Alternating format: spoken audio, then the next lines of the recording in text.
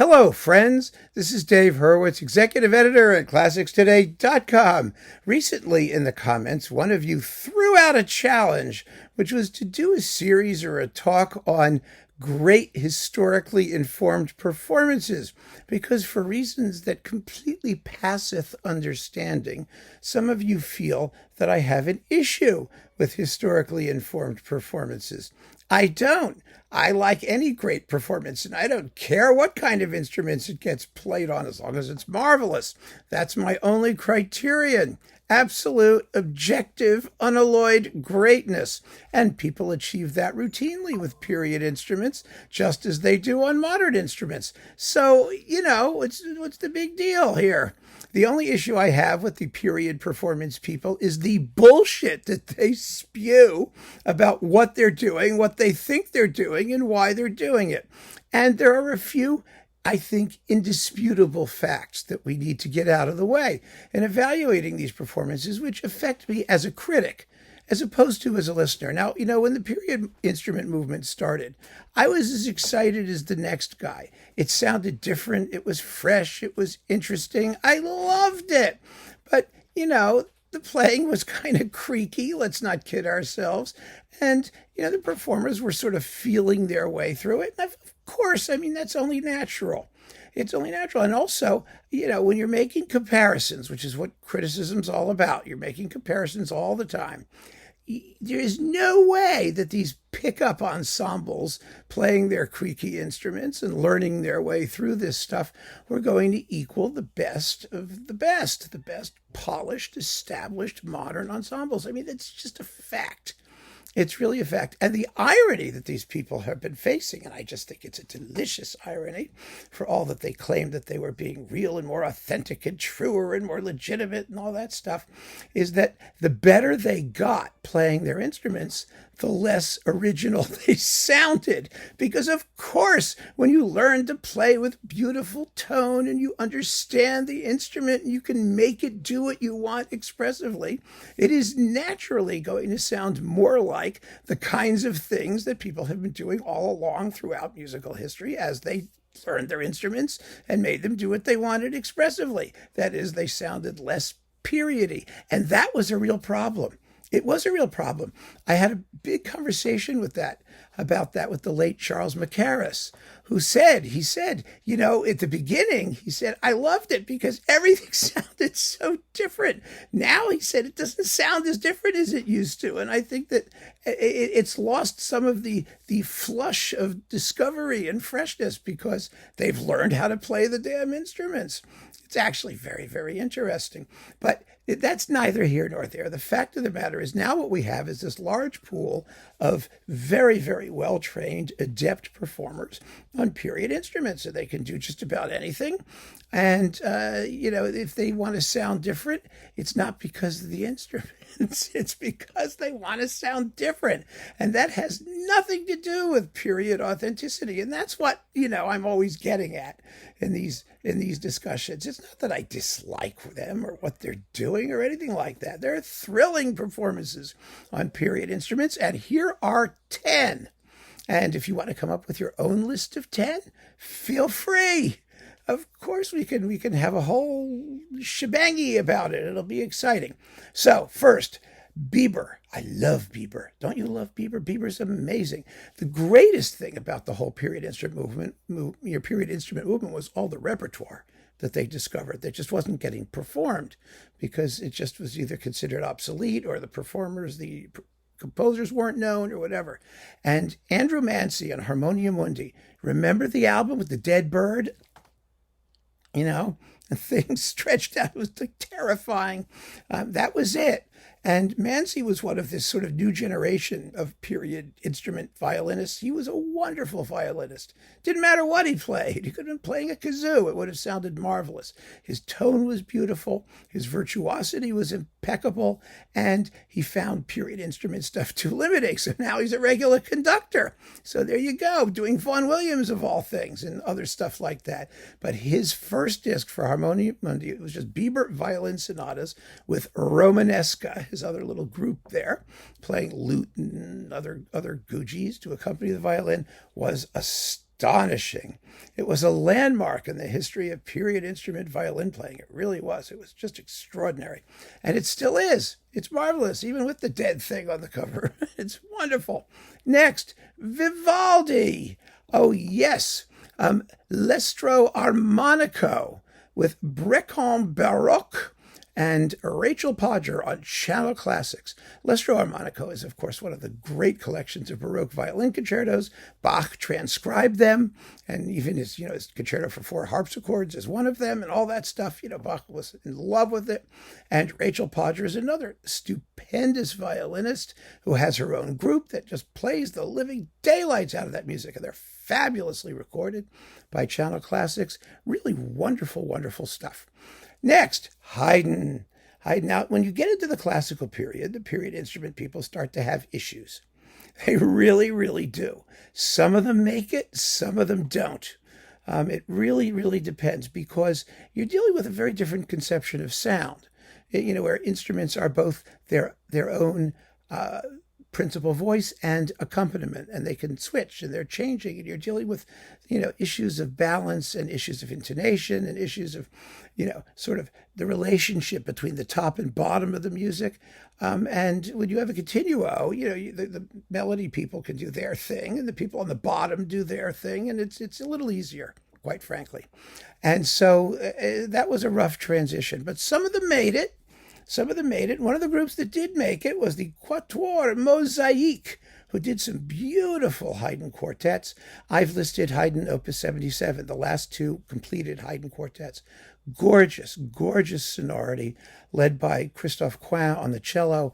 It's built from the bottom up. You have the bass lines, which is so, so important in classical repertoire, especially when you don't have a continuo that's automatically doing the bass lines. And these are just beautiful, beautiful performances, rich and ripe and resonant and luscious, and just terrific. And they also show that these period instrument people don't all have to sound like scratchy and thin and anemic. They can have their own corporate sonority, which is just delicious to discover. So after that, John Dowland, Lachrimae, with, let's see, who's doing Lachrimae here? The one I really like, Phantasm on LINN Records. Yes, with Elizabeth Kenny, lute. Now, this is repertoire that, it was always early music. I mean, there was no modern version of Lachrimae. I mean, you had to have viols, you had to have a lute, So the idea of sort of period instrument stuff was subsumed. It subsumed, the early music movement, which was a little bit different. It was a little bit separate, because that was music for ensembles and things that really were written for older instruments, and that's how you did it. How you played them might differ slightly, but basically it was always early music. And the early music movement is different from the period instrument movement. So you have to make a little distinction there. But now it's all one big clump. So yeah, Dowland's Lachrimae, one of the masterpieces of the Elizabethan period, and it's just so marvelous, and Phantasm is amazing, and they do all that consort music and stuff, and it's just delicious. It's wonderful, absolutely wonderful. But jumping up to the mid-19th century, we have Kalliwoda. Johann Wenzel Kalliwoda. He's one of those guys that was discovered basically because of the period instrument movement, looking for new and interesting repertoire to do. And his symphonies 5 and 7, with his Overture number 16 on CPO with Das Neue Orchester under Christoph Spering, is amazing. Now, I've talked about this recording before. I played samples of it, I think. I don't know. It's great. It's just tremendous. 2 fabulous pieces. Well, 3 really, because the Overture is really cool. The Overture is incredibly cool, actually. Gorgeous and very forward-looking. It was written in like the 1830s, 1840s. Stunning, stunning music. Kalliwoda's first symphony, at least the scherzo, provided the model for the scherzo in Schumann's 4th symphony. I mean, audibly, quite audibly. So Kalliwoda is a guy worth discovering, and these period instrument performances are just slamming. They're exciting, really exciting. So after Kalliwoda, we have to do some Handel. Well, what do you do by Handel? There's so much great Handel done, period instruments and operas and things, but I'm not doing vocal music in this particular talk because that's cheating, frankly. Voices haven't changed.